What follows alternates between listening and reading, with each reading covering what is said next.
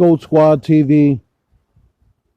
I always hear about these players that are retired that I grew up watching, and I watch the players now, being that it's such a 3-point shooting prevalent game.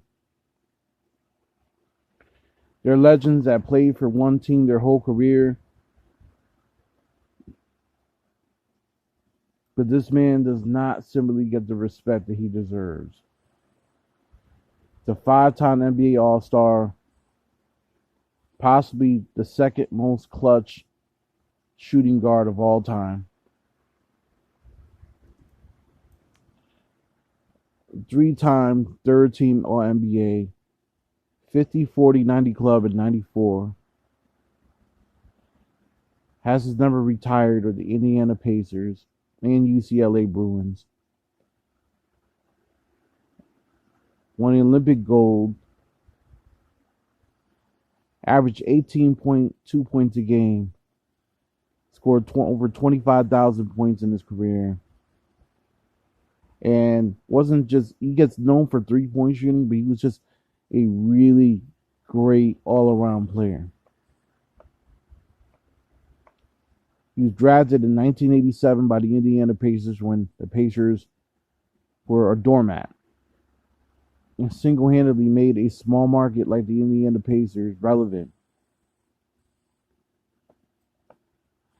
He has so many playoff moments, such as the 37 points he put on the New York Knicks in 94 when he pointed to his crotch looking at Spike Lee because they were arguing on the sideline.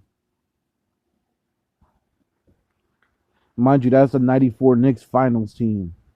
The next year, they go against those same New York Knicks and beat them. May 7th, 95, scores 8 points in 8.9 seconds. I remember where I was. I was at Dairy Queen. I was on my way back from Dairy Queen. And as a 10-year-old, coming to watch what's left of the game and to watch the next game. The Pacers were trailing 105-99, and Reggie Miller had 8 points in 8.9 seconds. He went to the NBA Finals and dueled with Kobe Bryant, a very young Kobe Bryant, and almost won. That Lakers team was dominant, but they almost won. He almost beat the greatest player of all time, Micheal Jordan, back in 1998. They went 7 games with the GOAT.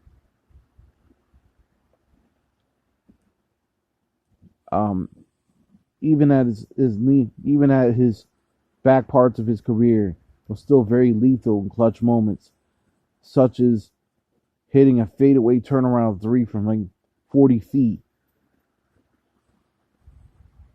to tie the game against the New Jersey Nets, who were an NBA Finals team that year in a first-round series. He was the Indiana Pacers. He was the second greatest 2-guard in the game. He played 18 seasons. And even in that 05 team that lost to Detroit, he still managed to have 30-point games during the season and have great games during the season. The man literally didn't age. My God. Reggie Miller deserves a lot more respect for pulling a franchise out the depths of darkness and putting them on the map. Nobody expected the Indiana Pacers at that time to be able to even compete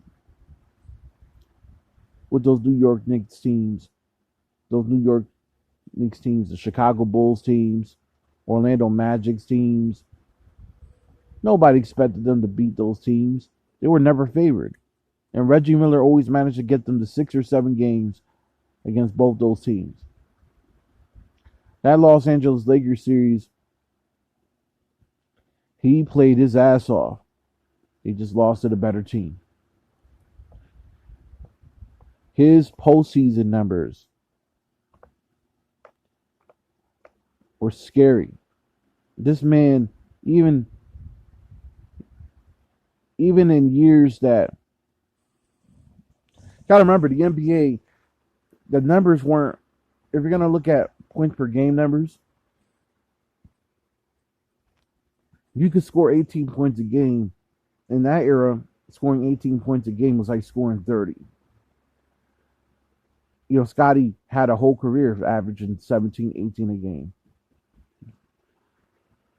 For Reggie Miller averaged 18, 19 consistently every year.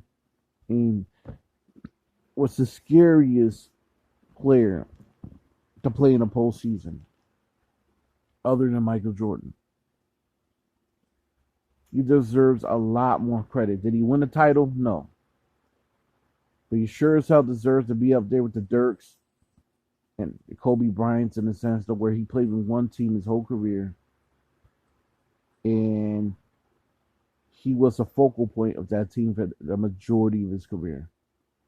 There's not many 39-year-olds that put up the numbers he put up, even towards the end of his career. Put some respect on that man's name. I know you guys know him for Wendy's commercials or TNT commercials or State Farm commercials. Some of you youngins don't really remember Reggie Miller. Reggie Miller was a legend, man.